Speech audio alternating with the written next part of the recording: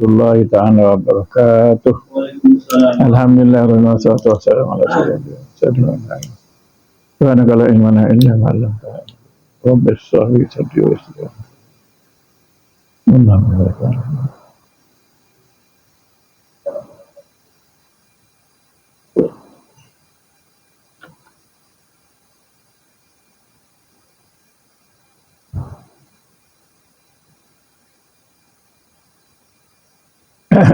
Jadi Miftahul Jannah ni muka surat 25 tengah faidatun. Faidatun ini suatu faedah. Bermula bilangan anbiya, bilangan nabi-nabi yang tersebut di dalam Al-Quran 28 orang. Yang pertama mereka itu nabi yang disebut dalam Al-Quran ni.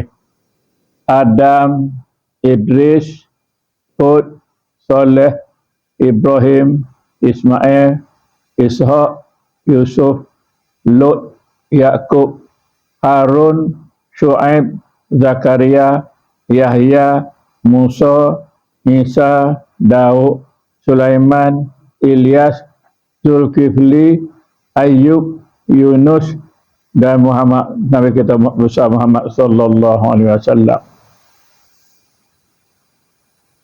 Dan Uzai dan Zulkarnain atas bersalahan ahli tarikh. Uzai dengan Zulkarnain ni bersalahan, setengah kata dia ni Nabi, setengah kata tidak, ya.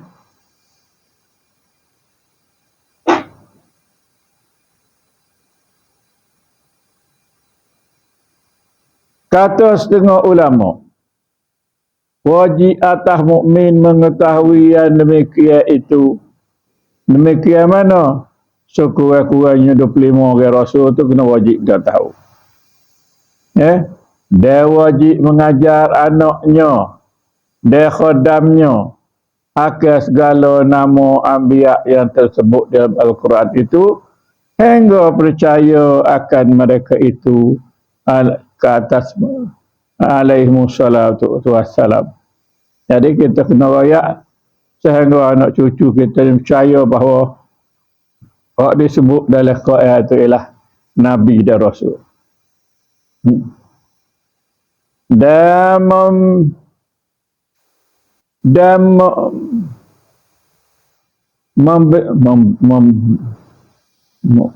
Memayizkan mereka itu. Boleh tu. Dan memayiz mereka itu dengan sekalian mereka itu, maknanya bagi kanak-kanak hak tak pandai cuma cuci lagi kena ajar nama-nama Nabi ni. Walaupun bagi mereka tu tidak wajib dah.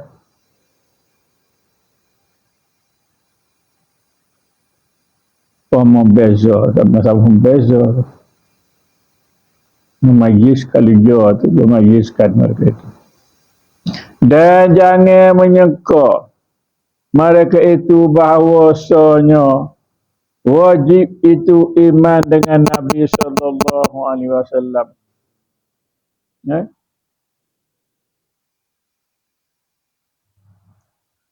Janganlah kita suka bahawa hanya kita ni wajib beriman dengan Nabi kita saja. Dengan nama Nabi-Nabi lain pun kena tahu juga. Maka hanyalah bahawasanya beriman dengan sekalian anbiya, sama ada yang tersebut nama mereka itu dalam Al-Quran atau tiada tersebut, wajib atas tiap-tiap dengan mukallaf percaya akan sekalian mereka itu Nabi dan Rasul tadi.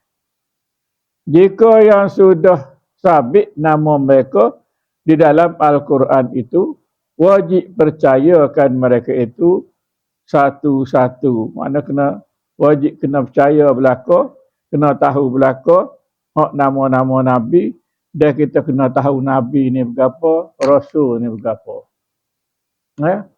Rasul ni ialah orang laki-laki yang Tuhan pilih. pilihan Tuhan, yang mana Tuhan ni dia tarbiyah, dia asuh daripada kecil lagi dia keturunan dia tu keturunan baik-baik, tidak menyembah berhala. Keturunan dia itulah.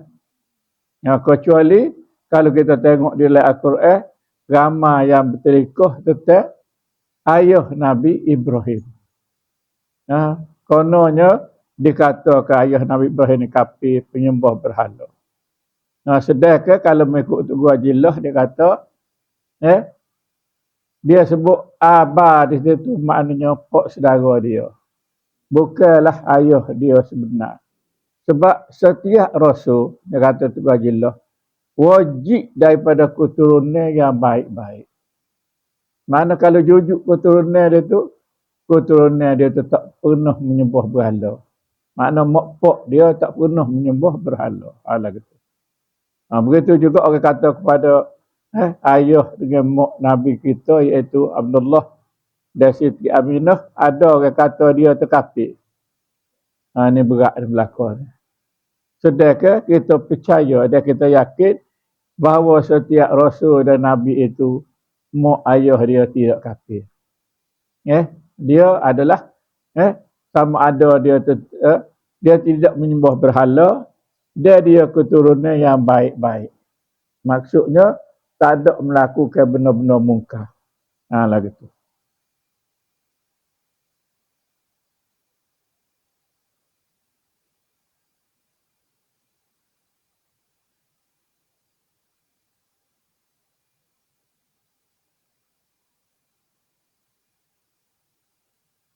Dan yang tiada kita ketahui nama mereka itu, wajib juga kita percaya akan atas perhimpunan dan makna yang demikian itu.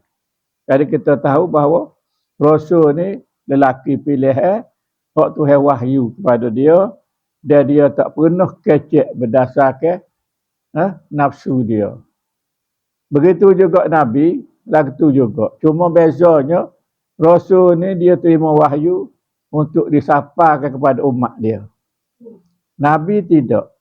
Nabi dia terima wahyu, dia guna kepada dia beri kepada sahabat-sahabat atau orang hampir dengan dia atau orang yang dia percayai sahaja. Itu peranan Nabi.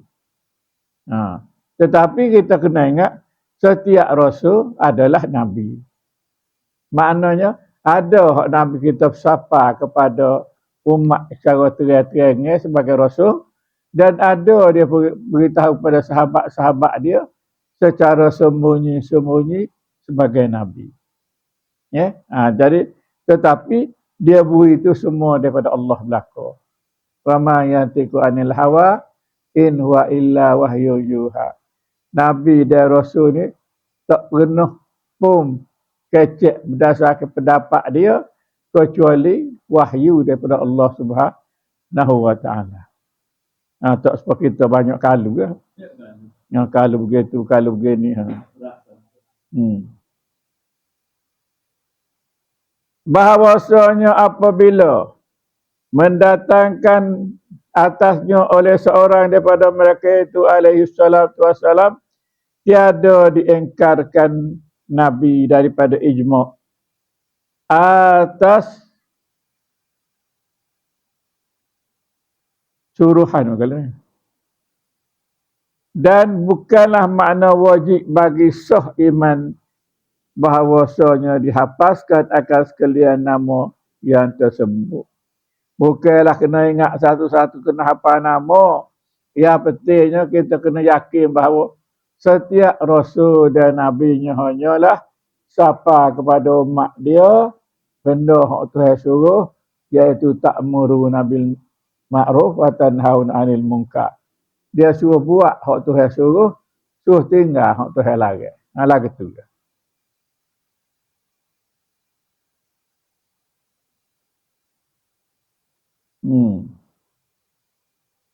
Dan lainnya lain yang sudah kita ketahui dengan gaib. Ada juga nama-nama Nabi yang tidak ada dalam Al-Quran tapi disebut dalam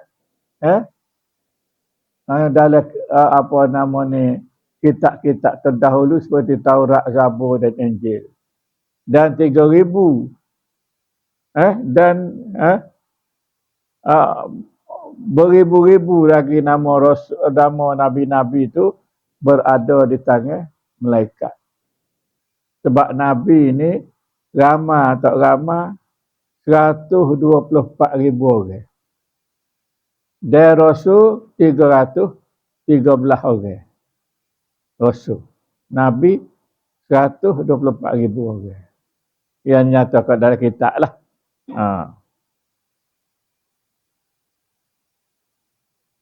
Syahidan adalah tersebut di dalam surah ini 3 pertanyaan. Yang pertama daripada perbantahan antara dua kaum daripada ahli Terengganu. Terengganu biarlah. Masalah. Adakah kuasa Allah Ta'ala memasukkan gajah di dalam lubang jarum? Padahal tiada diubahkan akan salah suatu daripada keduanya. Mana boleh kedok gajah ni masuk dalam lubang jarum dengan tidak berubah lubang jarum jadi besar dan tidak berubah gajah jadi kecil. Boleh ke tidak?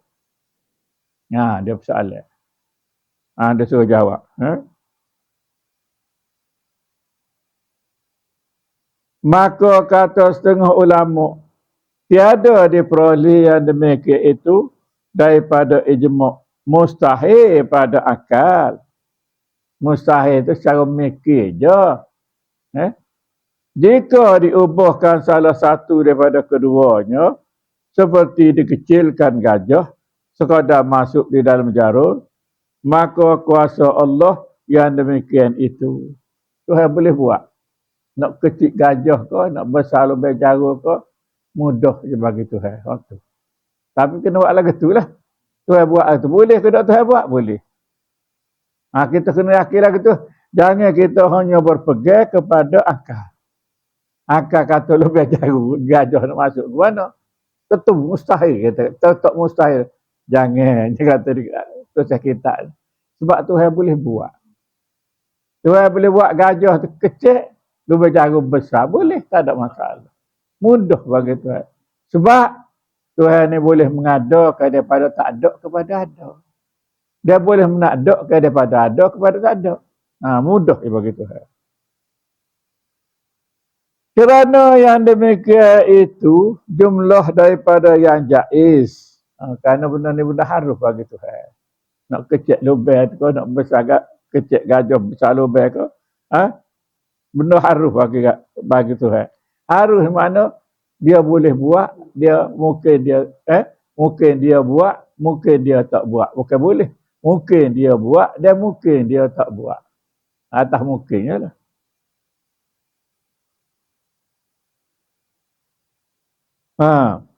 Dan kata setengah mereka itu, kuasa Allah Ta'ala masukkan gajah ke dalam lubang jarum, padahal tiada diubah salah suatu daripada keduanya. Daripada keadaan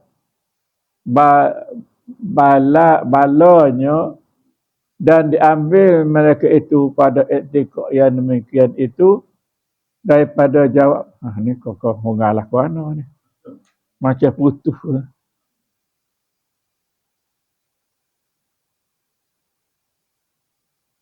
Salah suatu daripada keduanya. Betul dah tu. Daripada keadaannya, balanya dan diambil mereka itu pada etikanya yang demikian itu. Daripada jawab Nabi Allah Idris tatkala ditanya oleh Iblis alaihi salam, laknatullah. Kuasakah Allah Ta'ala memasukkan dunia ini kepada kulit telur? Kuasa kepada Tuhan memasukkan dunia ni dari kulit telur? Dia tanya. Jawabnya, kuasa. Dari segi kuasa, Allah boleh. Lagu mana dia buat, tak usah tanya. Ya. Tuhan boleh buat apa pelik ya. Hak Isra' Mi'raj ni orang tak percaya berlaku. Apa boleh bawa Nabi? Boleh bawa sampai keluar daripada alam. Ha? Sedang kita dengan usaha ikhtiar kita naik kapal terbang, lacar lah ke atas tu, dia boleh pergi dekat 100 kilometer. Lebih pada tu tak boleh. Kalau kapal terbang kat 30,000 meter je dia duduk. Kalau naik dari 40,000 meter, kadang-kadang kena pakai oksigen. Maknanya udara tak ada datang. Tuhan tak buat udara di atas. Nah, Tuhan buat setakat 3,000 kilometer, 3,000 kilometer saja. 30,000 meter. 3,000 kilometer lah lebih kurang. Maka jawab Nabi Idris itu, kuasa Allah Ta'ala masukkan dunia ini ke dalam kulit telur, maka tiada ditafsirkan oleh Nabi Allah Idris akan jawab yang tersebut itu dengan suatu tafsir. Maka yang mana daripada dua kaul di atas hak yang ijma' atas kalian jamhur ulama, kaul yang pertama atau kaul yang kedua, inilah perkataan yang mempahamkan dengan ikhtisar. Alhamdulillah ma taufiq wal hidayah. Maka kaul yang pertama sebenarnya wallahu a'lam. Habis kitab kita ni hak ni. InsyaAllah minggu depan kita tengoklah kitab mana pula kita nak atau nak terus ni. Dia ada cara kepada niat gapo semaya ni, insyaAllah kita pergi jugalah. InsyaAllah. Kita tengok pada kitab yang kedua, Anak Al-Haq.